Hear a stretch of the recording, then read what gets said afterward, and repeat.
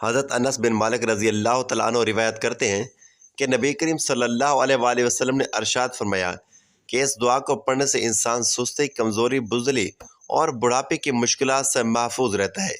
یہ دعا قبر کے عذاب کا، قیامت کے ہولناک مناظر اور جہنم کے عذاب سے نجات کا ذریعہ بنتی ہے۔ موت کی سختی، قبر کی وحشت اور دوزخ کی آگ ایسے حقائق ہیں جن سے ہر مسلمان کو گزرنا ہے، اور قبر میں منکر نکیر کے سوالات، قیامت کے دن کی گھبراہٹ، میزان پر عمل کا تولنا، پل صراط کا عبور کرنا اور جہنم کا خوفناک عذاب، یہ سب وہ مرحلے ہیں جن سے گزرے بغیر جنت کا داخلہ ممکن نہیں۔ نبی کریم صلی اللہ علیہ وآلہ وسلم نے ہمیں ایسی دعا سکھائی جو ہمیں دنیا و آخرت کی ان آزمائشوں سے بچانے کا ذریعہ بن جاتی ہے۔ اس دعا کو ہر مسلمان اپنی زندگی کا حصہ بنا لے تاکہ اللہ تعالیٰ کی رحمت اور حفاظت میں رہے۔ وہ دعا یہ ہے: بسم اللہ الرحمن الرحیم۔ السلام علیکم ورحمۃ اللہ وبرکاتہ۔ محترم ناظرین، حضرت بلال حبشی رضی اللہ تعالیٰ عنہ اللہ کے برگزیدہ بندے تھے۔ آپ کی آواز انتہائی دلکش اور پرسوز تھی کہ آپ جب اذان دیتے تو دلوں میں ایمان کی روشنی بھر جاتی۔ آپ نبی کریم صلی اللہ علیہ وآلہ وسلم کے قریبی ساتھیوں میں شمار ہوتے تھے، اور آپ کو نبی کریم صلی اللہ علیہ وآلہ وسلم سے بے حد محبت حاصل تھی۔ آپ نماز کے پابند اور اللہ کی یاد میں مستغرق رہنے والے تھے۔ ذکر و اذکار اور تسبیحات میں ہمیشہ مصروف رہتے۔ آپ کا دل اللہ کی محبت سے معمور تھا اور آپ کی زبان پر ہمیشہ اللہ کا ذکر رہتا۔ آپ کی زندگی سادگی، تقوی اور پرہیزگاری کا بہترین نمونہ تھی۔ آپ کو دین اسلام سے بے پناہ محبت تھی اور اپنی پوری زندگی اللہ اور اس کے رسول صلی اللہ علیہ وآلہ وسلم کی اطاعت میں بسر کی۔ امیہ بن خلف جو مکہ کا ایک بڑا سردار تھا، جو بلال کا مالک تھا، وہ ظالم بھی تھا اور متکبر بھی۔ بلال اس کے جانور کو پانی پلاتا، اس کے لیے سامان ڈھوتا، اس کے لیے بازار سے خریداری کرتا اور رات کو تھک ہار کر کسی دروازے کے باہر سو جاتا۔ اسے نہ اچھا کھانا ملتا، نہ عزت، نہ آرام۔ دن گزرتے گئے، بلال کے دل میں سوال پیدا ہونے لگا، آخر غلاموں کو انسان کیوں نہیں سمجھا جاتا؟ آخر امیہ کو یہ حق کس نے دیا کہ وہ انسان کو جانوروں کی طرح خریدتا اور بیچتا رہے؟ آخر مکہ میں انصاف کیوں نہیں ہے؟ یہ سوالات اس کے دل میں پیدا ہوتے، مگر وہ خاموش ہو جاتا۔ وہ جانتا تھا کہ غلاموں کو بولنے کی اجازت نہیں، مگر قسمت نے اس کے لیے ایک ایسا وقت پیدا کیا کہ غلامی کی زنجیریں ہمیشہ کے لیے ٹوٹنے والی تھیں۔ بلال کے دن اسی طرح گزر رہے تھے، غلامی کے اندھیروں میں جہاں نہ کوئی امید تھی اور نہ کوئی راستہ۔ مگر کچھ عرصے سے مکہ میں ایک نئی بات ہونے لگی تھی۔ لوگ چپکے چپکے کسی کا نام لیتے، کوئی کسی سے چھپ کر ملتا، کچھ چہرے بدلنے لگے تھے، کچھ نظریں سوال کرنے لگی تھیں۔ بلال یہ سب دیکھ رہا تھا مگر خاموش تھا۔ وہ صرف ایک غلام تھا، اسے کیا لینا دینا کسی سے، کون کیا کہہ رہا ہے، کون کس کے پیچھے جا رہے ہیں۔ مگر ایک دن اس نے بازار میں سنا کہ مکہ کے سب سے سچے اور ایماندار شخص محمد بن عبداللہ ایک نیا دین لے کر آئے ہیں۔ وہ کہہ رہے ہیں کہ صرف ایک اللہ کی عبادت کرو، سب انسان برابر ہیں، کوئی غلام اور کوئی آقا نہیں، سب اللہ کے بندے ہیں۔ یہ الفاظ بلال کے دل میں چبھنے لگے۔ کیا واقعی ایسا ہو سکتا ہے؟ کیا واقعی غلام اور سردار برابر ہو سکتے ہیں؟ کیا واقعی کوئی ایسا دین آ چکا ہے جو ایک غلام کو بھی عزت دے سکتا ہے؟ بلال نے کئی دنوں تک یہ باتیں سنی مگر کچھ نہ بولا، وہ بس غور کرتا رہا۔ پھر ایک دن اس نے اپنے مالک امیہ بن خلف کو کسی بات پر غصہ کرتے دیکھا۔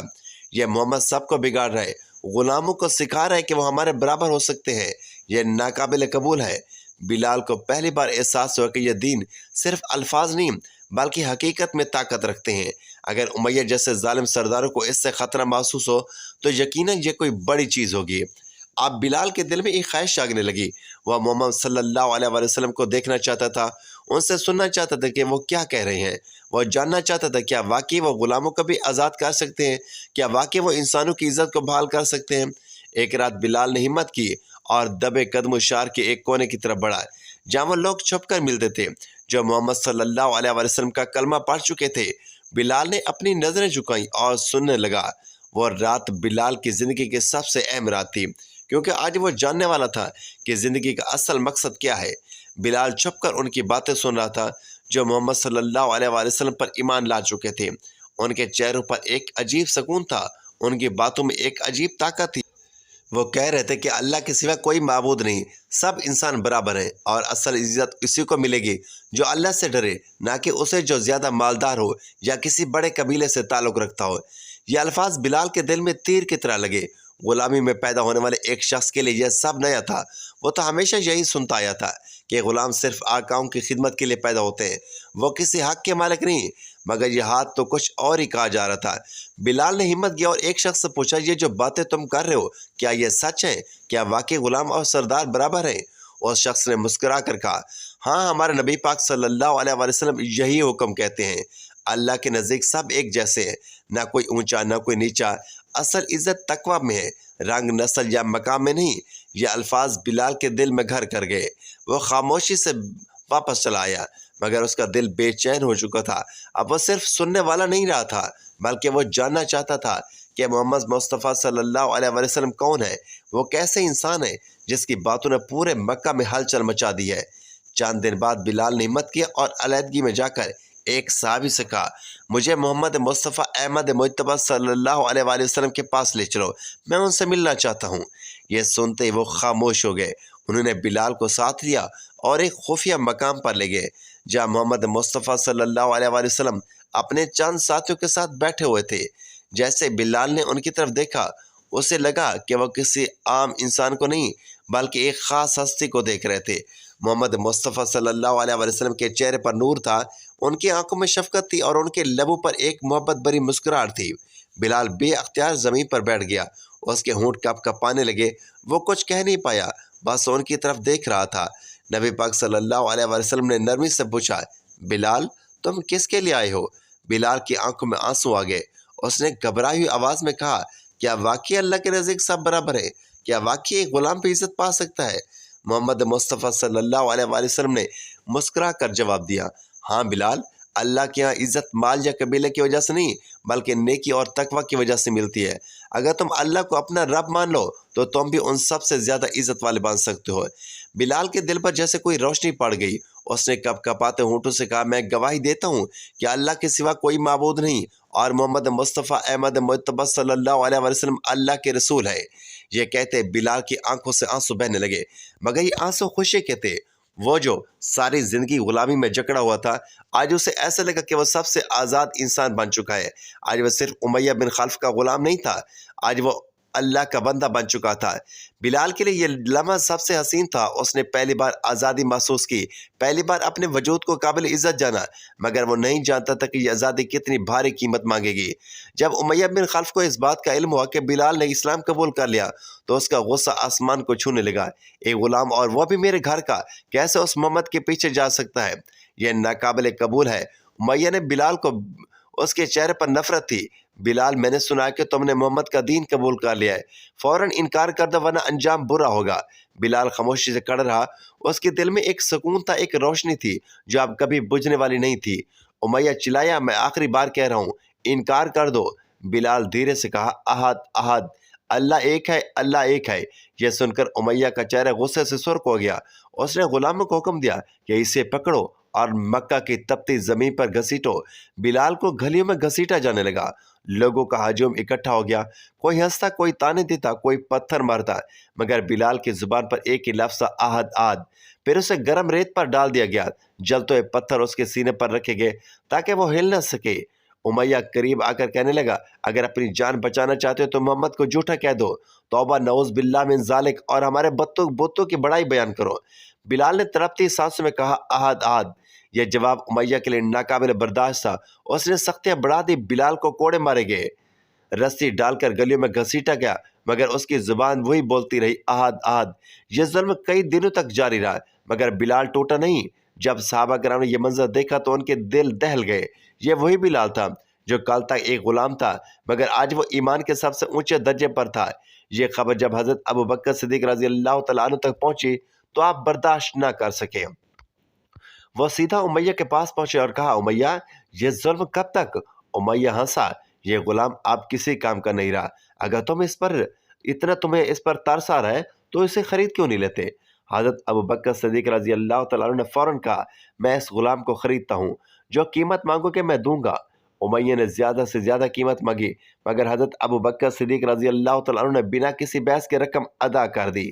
جیسے بلال آزاد ہوا، وہ زمین پر گر پڑا۔ اس کی آنکھوں میں آنسو تھے، مگر وہ آنسو غلامی سے آزادی کے تھے۔ حضرت ابوبکر صدیق رضی اللہ تعالیٰ عنہ نے بلال کا ہاتھ پکڑا اور کہا بلال تم آج سے کسی انسان کے غلام نہیں، تم اللہ کے بندے ہو۔ حضرت بلال رضی اللہ تعالیٰ عنہ نے اپنی آنکھیں آسمان کی طرف اٹھائیں، ایک گہری سانس لی اور پھر آہستہ سے کہا احد احد۔ بلال اب آزاد ہو چکے تھے، مگر ان کی آزمائش ابھی ختم نہیں ہوئی تھی۔ وہ جان چکے تھے کہ یہ دنیا کسی آزاد انسان کے لیے بھی آسان نہیں، خاص طور پر جب وہ سچائی کے راستے پر ہو۔ مگر اب بلال کے پاس وہ چیز تھی جو اس سے پہلے کبھی نہیں تھی، ایمان کی روشنی۔ نبی پاک صلی اللہ علیہ وسلم کی قربت اور اللہ کی محبت۔ بلال ہر وقت نبی پاک صلی اللہ علیہ وسلم کے ساتھ رہتے، ان کے ہر حکم پر لبیک کہتے، ہر مشکل میں ساتھ کھڑے ہوتے۔ وہ غلامی سے آزاد ہونے کے بعد بھی ایک عام آدمی کی طرح زندگی گزار سکتے تھے، مگر انہوں نے اپنی زندگی کا ایک ہی مقصد بنا لیا تھا، اسلام کی خدمت اور رسول اللہ صلی اللہ علیہ وسلم کی پیروی۔ ایک دن نبی پاک صلی اللہ علیہ وسلم نے مسجد نبوی کی تعمیر کا حکم دیا۔ تمام صحابہ مل کر اینٹیں اور پتھر اٹھا رہے تھے۔ حضرت بلال رضی اللہ تعالیٰ عنہ بھی سب کے ساتھ مل کر کام کر رہے تھے، پسینے میں شرابور، مگر چہرے پر ایک عجیب خوشی تھی۔ وہ جانتے تھے کہ وہ کسی عام عمارت نہیں بلکہ اللہ کے گھر کی تعمیر میں حصہ لے رہے ہیں۔ پھر وہ لمحہ آیا جو تاریخ میں ہمیشہ کے لیے یاد رکھا گیا۔ جب مسجد مکمل ہو گئی تو سوال اٹھا کہ نماز کے لیے لوگوں کو کیسے بلایا جائے۔ کچھ نے کہا کہ گھنٹی بجائی جائے، کچھ نے کہا کہ کوئی جھنڈا بلند کیا جائے، مگر نبی کریم صلی اللہ علیہ وسلم نے خواب میں ایک خاص الفاظ سنے، وہ الفاظ جو قیامت تک نماز کے لیے گونجیں گے، وہ الفاظ جو اللہ کی طرف بلانے کا سب سے خوبصورت ذریعہ بنیں گے۔ جب اذان کے لیے کسی کو منتخب کرنے کا وقت آیا تو نبی پاک صلی اللہ علیہ وسلم نے محبت بری نظر سے حضرت بلال کی طرف دیکھا اور فرمایا بلال یہ کام تم کرو گے۔ حضرت بلال رضی اللہ تعالیٰ عنہ کا دل دھڑک اٹھا۔ وہ جو کل تک غلام تھا آج اسلام کی سب سے بڑی آواز بننے جا رہا تھا۔ وہ کھڑے ہوئے، مدینہ کی بلند جگہ پر چڑھے، اپنی گہری آواز میں پکارا اللہ اکبر اللہ اکبر۔ یہ الفاظ مدینہ کے فضاؤں میں گونج اٹھے، لوگوں کے دل لرز گئے، ایمان تازہ ہو گئے۔ وہی بلال جو کل تک مکہ کی گلیوں میں رسیاں ڈال کر گھسیٹے جا رہے تھے آج اسلام کی آواز بن چکے تھے۔ یہ ان کی سب سے بڑی فضیلت تھی، یہ ان کے صبر اور استقامت کا انعام تھا۔ بلال کی اذان سن کر نبی کریم صلی اللہ علیہ وسلم کی آنکھوں مبارک میں آنسو آ گئے۔ یہ وہی غلام تھا جسے لوگ کم تر سمجھتے تھے، مگر آج وہی غلام اسلام کا سب سے پہلا مؤذن بن چکا تھا، وہ شخص جس کی آواز قیامت تک مسلمانوں کو نماز کے لیے بلاتی رہے گی۔ حضرت بلال کی زندگی کا ہر لمحہ رسول اللہ صلی اللہ علیہ وآلہ وسلم کے ساتھ گزرا۔ وہ جنگوں میں شریک ہوئے، انہوں نے سختیاں برداشت کی، مگر کبھی پیچھے نہیں ہٹے۔ ان کا ایمان اتنا مضبوط ہو چکا تھا کہ اب دنیا کی کوئی طاقت انہیں ہلا نہیں سکتی تھی۔ مگر بلال کی آزمائش کا سب سے سخت وقت ابھی باقی تھا، وہ وقت جب ان کے محبوب نبی کریم صلی اللہ علیہ وسلم اس دنیا سے رخصت ہونے والے تھے۔ مدینہ کی فضاؤں میں اداسی چھا چکی تھی، ہر آنکھ اشک بار تھی، ہر دل بوجھل تھا۔ وہ ہستی جس کے وجود سے مدینہ روشن تھا اب دنیا کو الوداع کہنے والی تھی۔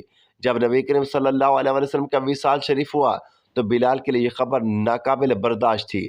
وہ جو ہر لمحہ نبی پاک صلی اللہ علیہ وسلم کے ساتھ رہتے تھے، جو ہر نماز میں ان کے لیے اذان دیتے تھے، وہ کیسے اس حقیقت کو قبول کرتے کہ اب وہ نبی کریم صلی اللہ علیہ وسلم کی زیارت نہیں کر سکیں گے۔ حضرت بلال رضی اللہ تعالیٰ عنہ پر غم کے پہاڑ ٹوٹ پڑے۔ جب اگلی نماز کا وقت آیا وہ اور لوگوں نے بلال سے اذان دینے کے لیے کہا تو وہ کانپ اٹھے۔ انہوں نے مدینہ کے فضاؤں میں اپنی آواز بلند کی اللہ اکبر اللہ اکبر، لیکن جب وہ اشہد ان محمد رسول اللہ پر پہنچے تو ان کے ہونٹ کپ کپانے لگے، آنکھوں سے آنسو جاری ہو گئے اور مزید نہ بول سکے۔ نبی پاک صلی اللہ علیہ وسلم کا نام لیتے ہی ان کا دل ٹوٹ گیا، ان کی آواز بیٹھ گئی اور وہ اذان مکمل نہ کر سکے۔ پورا مدینہ رونے لگا، ہر شخص پر غم کی لہر چھا گئی۔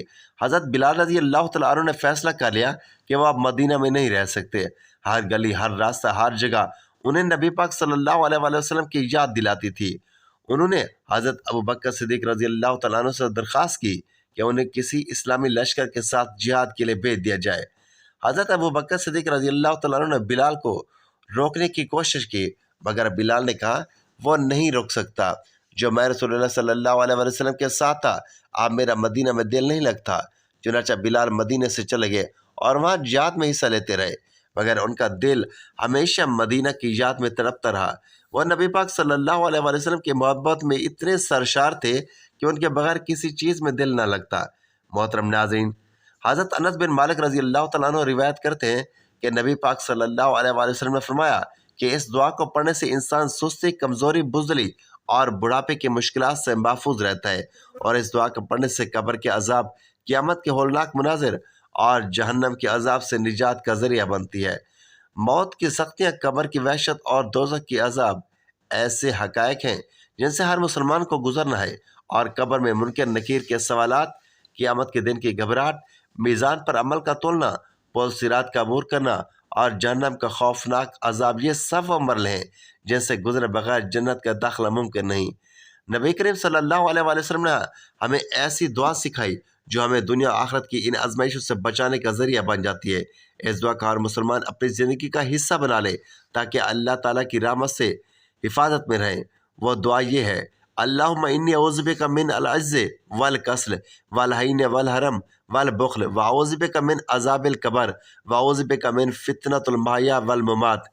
ایک دن حضرت بلال رضی اللہ تعالیٰ عنہ خواب میں نبی کریم صلی اللہ علیہ وآلہ وسلم کی زیارت کرتے ہیں۔ نبی پاک صلی اللہ علیہ وآلہ وسلم ان سے فرماتے ہیں کہ بلال، یہ کیا بے وفائی ہے؟ کیا تمہیں ہماری یاد نہیں آتی؟ یہ خواب دیکھ کر بلال رضی اللہ تعالیٰ عنہ کی بے قراری حد سے بڑھ گئی۔ وہ فوراً مدینہ کے لیے روانہ ہو گئے۔ جیسے ہی وہ مدینہ پہنچے، لوگ خوشی سے دوڑ پڑے۔ بلال واپس آ گئے ہیں۔ حضرت حسن اور حضرت حسین رضی اللہ تعالیٰ عنہ نبی کریم صلی اللہ علیہ وآلہ وسلم کے نواسے حضرت بلال رضی اللہ تعالیٰ عنہ کے پاس آئے اور کہا: بلال، آج ایک بار اذان دے دو تاکہ مدینہ پھر وہ آواز سنو جو ہم سب کے دلوں کو سکون بخشتی تھی۔ حضرت بلال رضی اللہ تعالیٰ عنہ انکار نہ کر سکے۔ وہ مسجد نبی میں کھڑے ہوئے اور سالوں بعد پہلی بار اذان تھی۔ اللہ اکبر، اللہ اکبر! پورا مدینہ لرز اٹھا۔ لوگ اپنے گھروں سے باہر نکل آئے اور آکاش بار ہوگی۔ ایسا لگ رہا تھا جیسے نبی کریم صلی اللہ علیہ وسلم خود واپس آ گئے ہوں، جیسے وہی مدینہ کا خوبصورت وقت لوٹ آیا ہو۔ حضرت بلال رضی اللہ تعالیٰ عنہ کی اذان سن کر ہر شخص رو رہا تھا، اور جب انہوں نے اشہد ان محمد رسول اللہ کہا تو مدینہ میں آہ پکار بچ گئی۔ لوگوں نے ایسے گریہ کیا جیسے ابھی نبی پاک صلی اللہ علیہ وسلم کا وصال شریف ہوا ہو۔ یہ حضرت بلال رضی اللہ تعالیٰ عنہ کی زندگی کا سب سے جذباتی لمحہ تھا، اور اس کے بعد وہ زیادہ عرصہ زندہ نہ رہے۔ وہ شام واپس چلے گئے اور کچھ دنوں بعد بیمار ہو گئے۔ جب وفات کا وقت قریب آیا تو ان کی بیوی رو رو کر کہنے لگی: ہائے افسوس، بلال جا رہے ہیں۔ حضرت بلال رضی اللہ تعالیٰ عنہ مسکرا کر کہنے لگے: افسوس نہیں، خوشی مناؤ، کل میں اپنے محبوب حضرت محمد مصطفیٰ صلی اللہ علیہ وسلم اور ان کے صحابہ کرام رضوان اللہ علیہ اجمعین سے ملوں گا۔ یہ کہہ کر حضرت بلال رضی اللہ تعالیٰ عنہ کی روح پرواز کر گئی اور خالق حقیقی کے پاس جا ملے۔ ایک ایسا شخص جو غلام تھا مگر ایمان نے اسے اسلام کا سب سے بڑا مؤذن بنا دیا، وہ شخص جس کی اذان قیامت تک زندہ رہے گی، آج اپنے محبوب نبی کریم صلی اللہ علیہ وسلم سے جا ملا تھا، اور آپ رضی اللہ تعالیٰ عنہ کو دنیا میں ہی بشارت جنت عطا ہوئی۔ سبحان اللہ! اللہ پاک سے دعا ہے کہ اللہ پاک ہم تمام مسلمان بہن بھائیوں کو نبی پاک صلی اللہ علیہ وسلم کے نقش قدم پر چلنے کی توفیق عطا فرمائے، ہمیں 5 وقت کا نمازی بنائے، میرا سنانا اور آپ کا سنا اپنے بارگاہ الہی میں قبول و منظور فرمائے، آمین یا رب العالمین۔ ناظرین، ویڈیو اچھی لگے تو ویڈیو کو لائک کریں، شیئر کریں، چینل کو سبسکرائب کریں اور کمنٹ باکس میں اللہ تعالیٰ کے 99 ناموں میں سے ایک نام ضرور ٹائپ کریں۔ اگلی ویڈیو تک کے لیے اجازت دیجیے۔ اللہ حافظ۔